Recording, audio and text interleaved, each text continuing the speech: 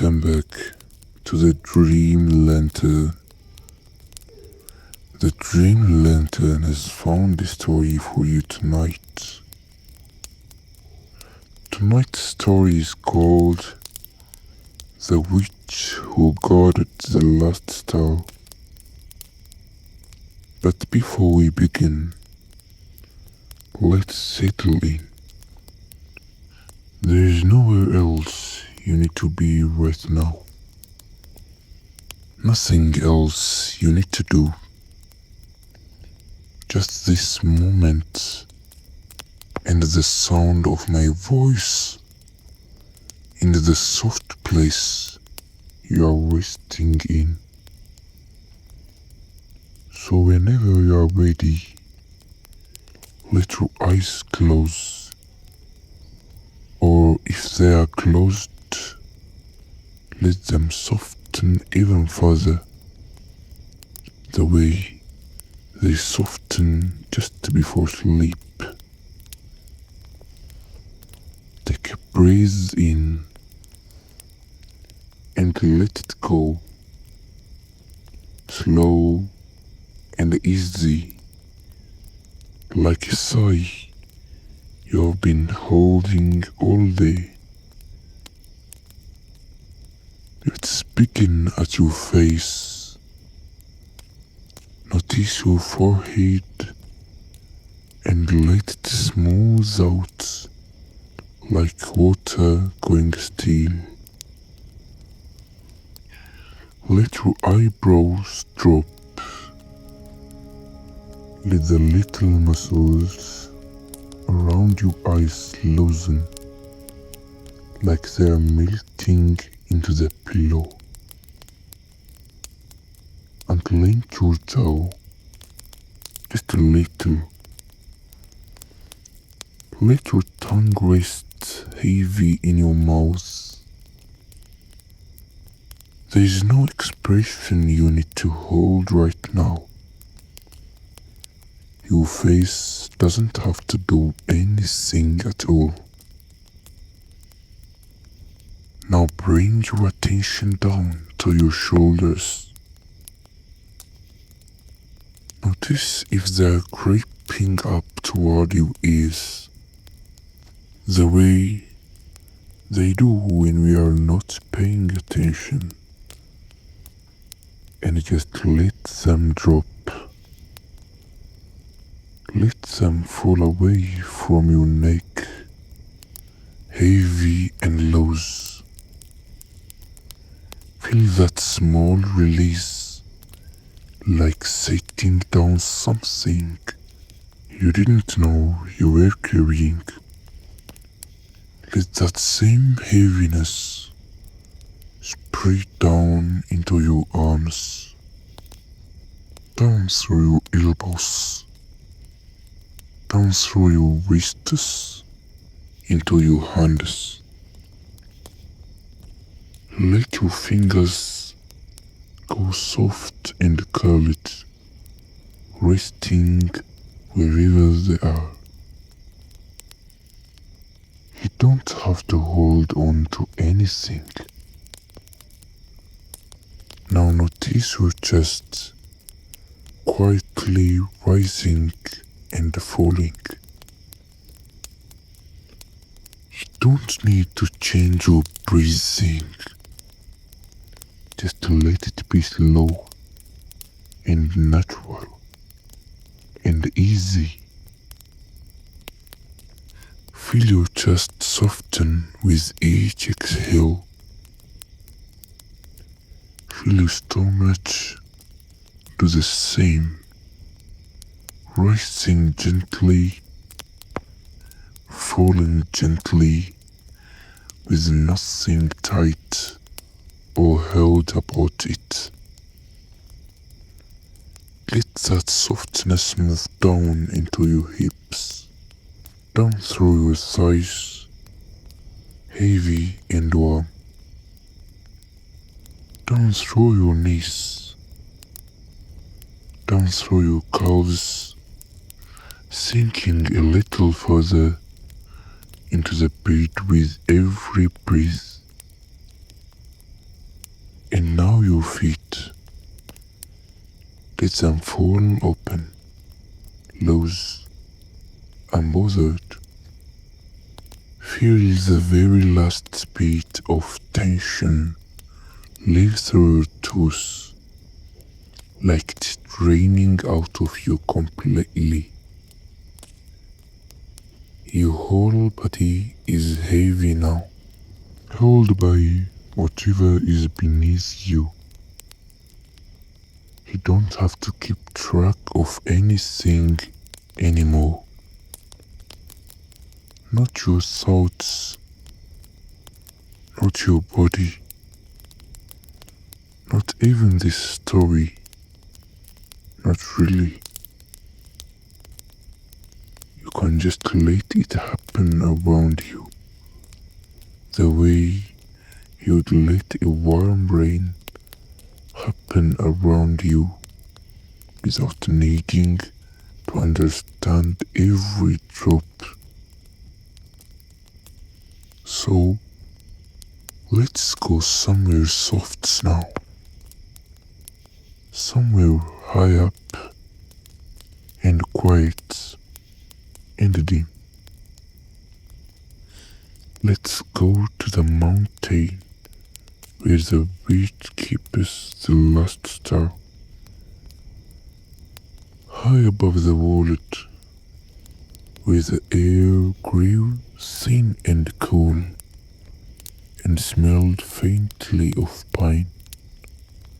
There was a mountain that most maps forgot to draw. It didn't have a name that anyone remembered anymore. The people in the village far below simply call it the Quiet Peak, because even the wind seemed to hush itself as it passed over the summit. At the very top of that mountain, tucked between two grey stones, worn smooth by centuries of weather, there was a small stone cottage with a single round window and a chimney that always had a thin curl of smoke rising from it. This was where the witch lived. Her name was Marlow. So almost no one had spoken it aloud in a very long time. She was old, in the way that most covered stones are old, or the way that certain trees are old. So old that age had stopped being something to notice and had simply become a part of her, like the silver in her hair or the soft lines around her eyes. She wore a long grey shawl, the color of low clouds, and she moved slowly through her small cottage, the way people move when they have learned over many years that there is no need to hurry. Marlow's task, though hardly anyone in the village below knew it, was very simple.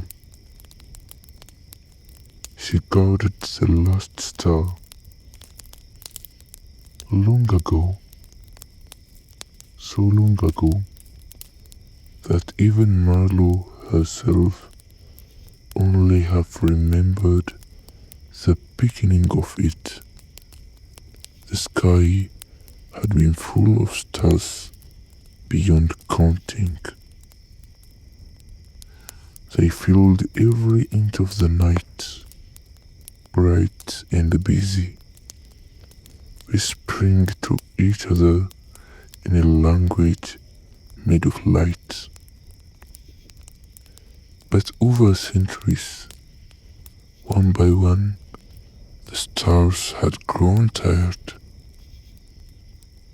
They had shone for so long, watched over so many nights, so many sleeping towns, and sleeping oceans and sleeping fields, that eventually each one simply dimmed and drifted gently down to rest. They didn't die, not the way people imagined. They just grew sleepy, the way anything does after a very long day. And they came to Marlow's mountain to finally close their eyes.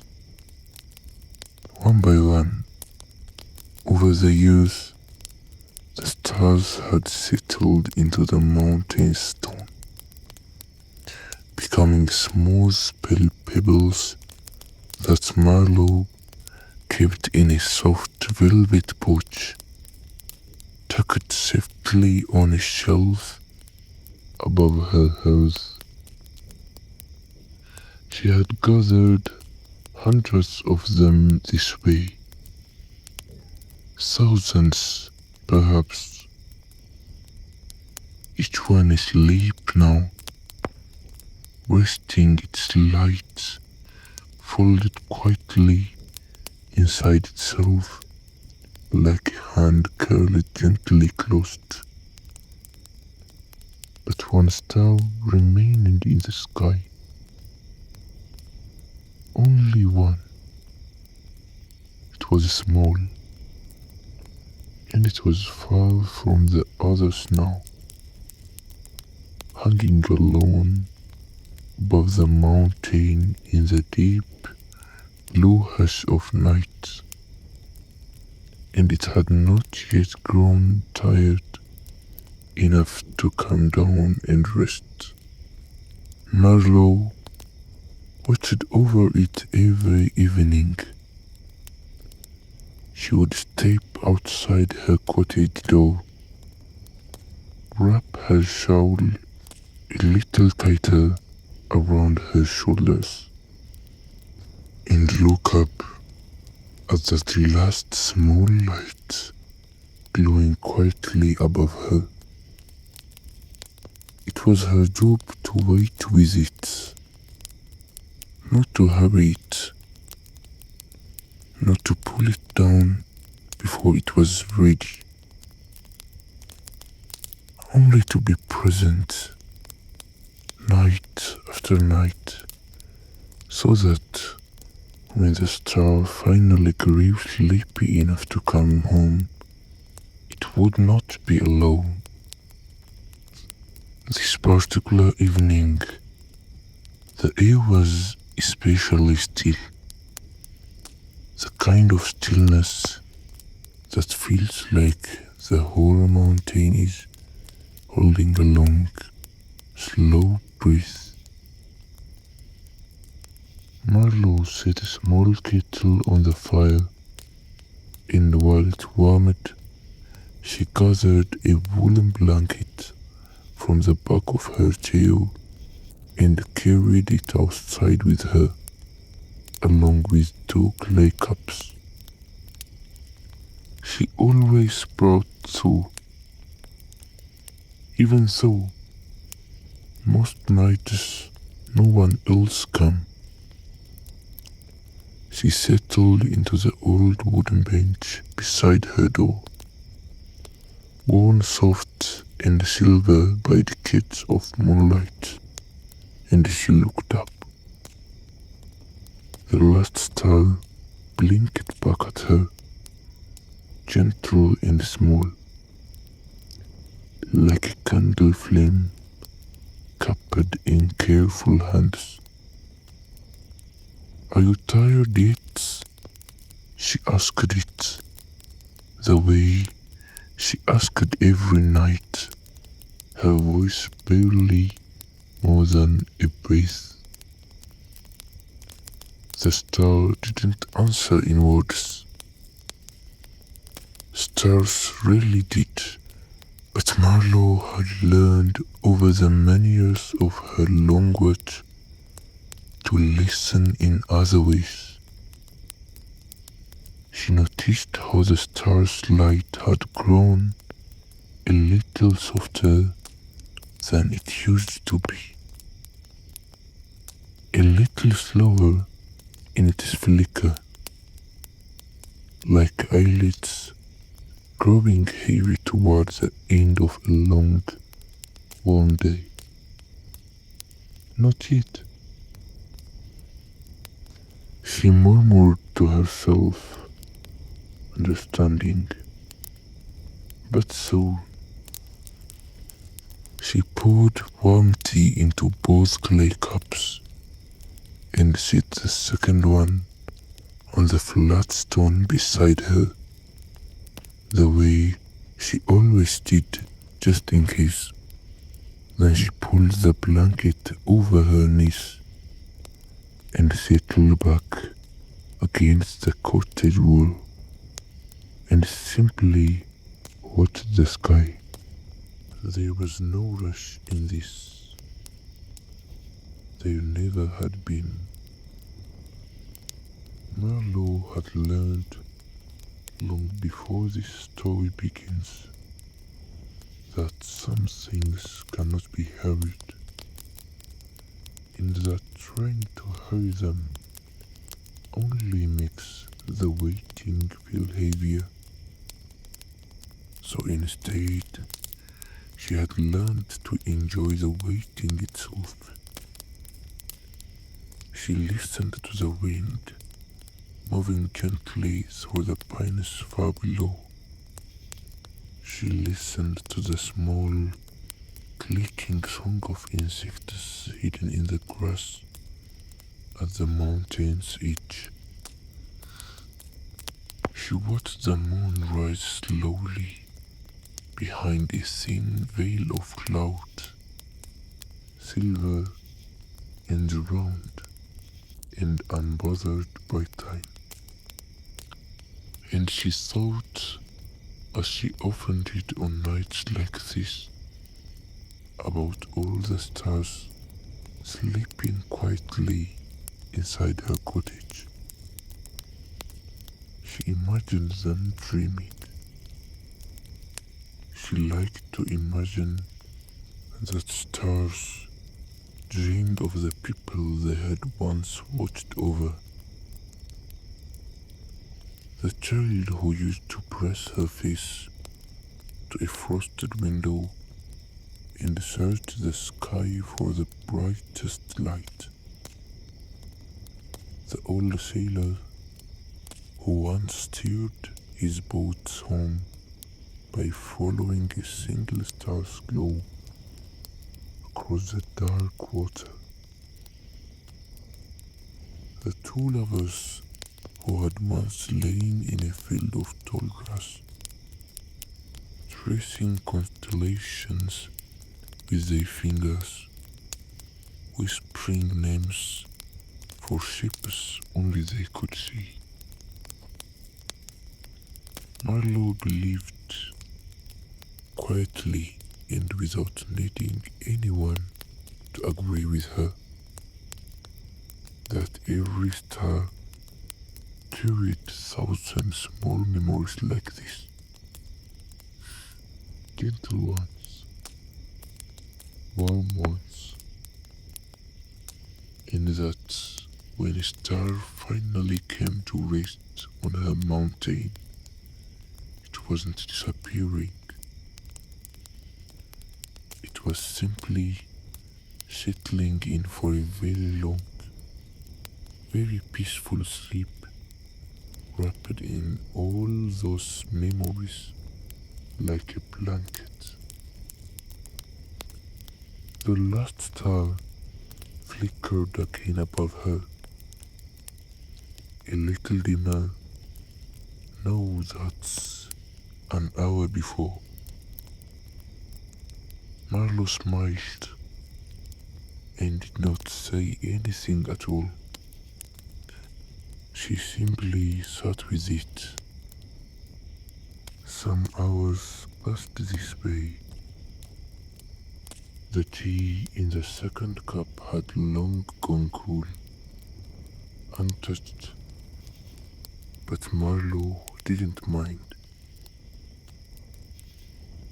The company of a star, even a distant one, was enough. Slowly, so slowly that it was almost impossible to notice unless you had watched as many nights as Marlow had. The last star's light began to soften further.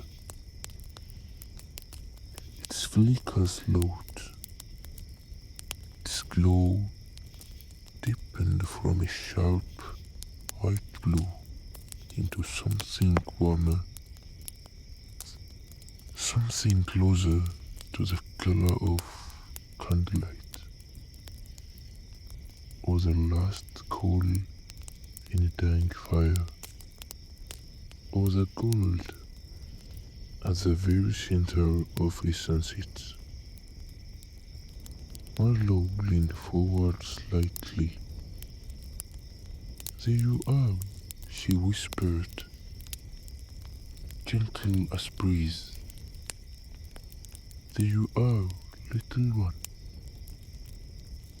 The star did not fall, the way people in the village sometimes imagined. It never fell. It simply drifted, slow as a feather, caught in a breeze with nowhere urgent to be, down through the cool night air, down past the treetops, down past the mountain's grey stone shoulders, until it landed softly in the open palm of Marlow's waiting hand. It was warm. It always was in this last moment, warm the way a person is warm just after waking from a long, good sleep. Marlow cupped it gently between both hands and brought it close to her chest. "You did so well," she told it softly. "You watched over so many for so very long. You don't have to keep your eyes open anymore." The light in her hands pulsed once, slow and content, like a held breath finally released, and then gently it dimmed, not into darkness, into rest. It became a small, smooth bellstone, no different in weight than a pebble from a riverbed. So if you hold it close enough, you might still feel the faintest warmth inside it, the way embers hold warmth long after a fire had quieted. Marlow carried it inside, cradled it carefully in both hands, and she opened the velvet pouch above her hearth and laid the nearest star gently among the others. They shifted slightly to make room, the way sleepers do when someone new climbs into a shared bed. Sleep well, Marlow whispered to all of them. Every one of you have done enough. You can rest now. Outside, the sky was different. For the first time in longer than even Marlow could remember, there was no stars left in it at all. Only soft, deep blue and the low silver curve of the moon and the quiet grey clouds drifting past like slow, unhurried thoughts. It may have felt like an ending to someone who didn't understand, but Marlow only smiled and pulled her shawl a little closer and looked up at the wide, starless sky with something like tenderness, because he knew what would happen next. She always did. Somewhere far off in the dark beyond the mountain, a single new point of light was already beginning to fall. Small, faint, barely more than a whisper of brightness in the vast quiet. A new star just waking, just opening its eyes for the very first time, blinking curiously out at the enormous, soft darkness it had been born into. Marlow watched it flicker uncertainly, the way anything new and small flickers when it isn't sure yet where it belongs. "Hello," she said softly, up into the night. "Don't worry, you have a very long time ahead of you. And when you are finally tired, whenever that is, I will still be here." The new star seemed to settle just slightly at the sound of her voice. Its light steadied. Marlow gathered her blankets in her two clay cups, one still faintly warm, and made her way back inside her small stone cottage, leaving the door open just a crack, the way she always did,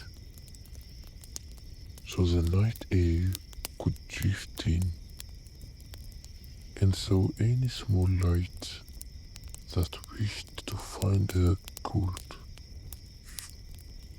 Inside, the sheriff was sleeping. Stars glowed faintly,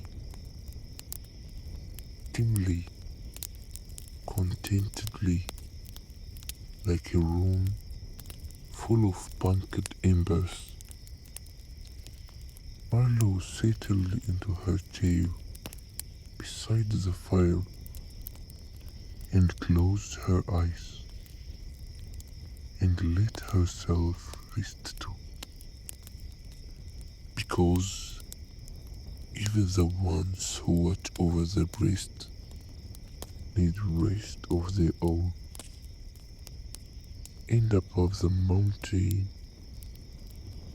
the new star kept blinking, softly, patiently into the dark. It had a long road ahead ahead of it. Years and years of watching over sleepy towns and quiet oceans, and children pressing their faces to cold windows. But there was no need to think about all of that now. Tonight, it only needed to shine, softly and slowly, and without hurry, the way all new things do at the very beginning. And somewhere on the quiet mountain, wrapped in wool and firelight, Marlow slept soundly, knowing that whenever any star finally grew tired, however many years from now that might be, she would still be there, waiting, watching, ready to welcome it home. You can rest now too, just like the stars in Marlow's velvet boat. You don't have to keep your eyes open any longer. You don't have to watch over anything tonight. Nothing needs you to be alert or awake or aware. You have done enough today. Whatever you carried, whatever you watched over, whatever quiet effort you spent just moving through your day, it is finished now. You can set it down, like Marlow tapping a tired star gently between her hands. Let something in you be held, just for tonight. You don't have to think your way toward sleep. You don't have to try. You can simply let your breathing slow. Let your body sink a little deeper into the softness beneath you. Let your thoughts drift loose and unhurried, the way a star drifts down through cool night air with nowhere urgent to be. There is no rush. There never was. Somewhere high above a quiet mountain, a small light is settling into rest. And somewhere else, a new one is only just beginning to glow. Patient, unbothered, in no hurry at all. You can be like that too. Soft, unhurried, cared for. If your mind wanders, that's alright. Just let it wander toward warmth, toward firelight, and old wool blankets, and the quiet sound of someone pouring a second cup of tea, just in case. You are allowed to rest completely now. You are allowed to stop holding on. tomorrow it's from you. It can wait until morning. Tonight, there is only this. The soft dark, the slow breeze, the gentle settling deeper and deeper into sleep. Sleep now, quietly, the way a star finally comes home. The lantern will be waiting for you tomorrow night. Sleep well.